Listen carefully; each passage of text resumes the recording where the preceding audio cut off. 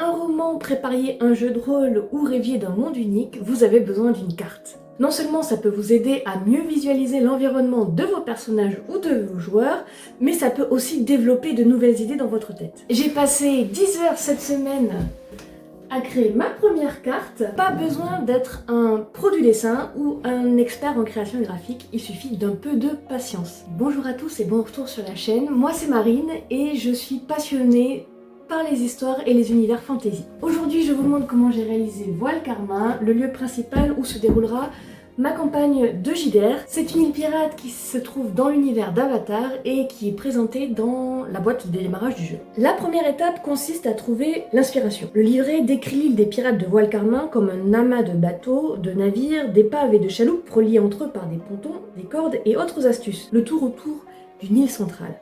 J'ai de suite pensé à Venise avec ses nombreux canaux, mais au lieu de bâtiments en pierre, les constructions seraient faites de bois, de tentures et de cordes.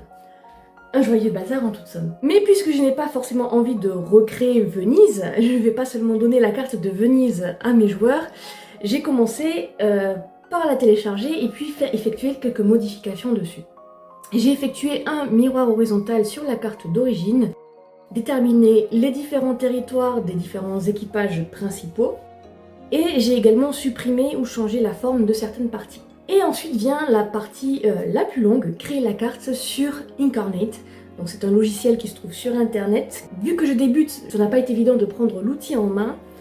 Et je souhaite préciser que j'ai utilisé la version payante, mais gratuitement, merci le Black Friday, afin d'avoir accès à tous les assets pendant 7 jours. J'ai commencé avec l'île principale, notamment avec une montagne, une grande montagne et une caverne un peu dissimulée, des palmiers évidemment. Et puis pour les différents quartiers, vu qu'il n'y avait pas assez de variété de navires, de bateaux, d'épaves comme je le voulais exactement, je me suis tournée vers les pilotis. Et j'ai ajouté par-dessus divers bâtiments au style asiatique qui coïncide avec le style graphique d'Avatar. Et une fois que le premier quartier était terminé, je n'avais plus qu'à recommencer pour tous les autres. Je vous passe le timelapse de la création de l'île complète, et c'est pas du tout parce que j'avais la flemme de monter 10 heures de rush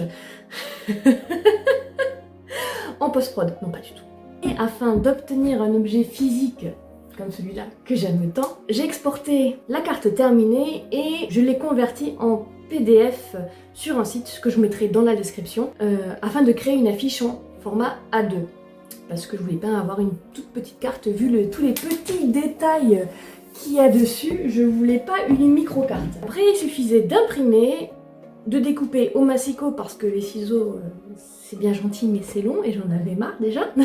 Tout assemblé et scotché sur l'arrière. Après j'ai épinglé sur un tableau en liège et bam, une carte toute neuve, prête à l'emploi. Voilà donc ma version de Voile Karma, prête à être utilisée par mes joueurs. Et moi, je retourne travailler dessus pour y ajouter PNJ, événements et quêtes. C'est le sujet d'une prochaine vidéo. J'ai une question avant qu'on termine, est-ce que vous dessinez vos cartes vous-même?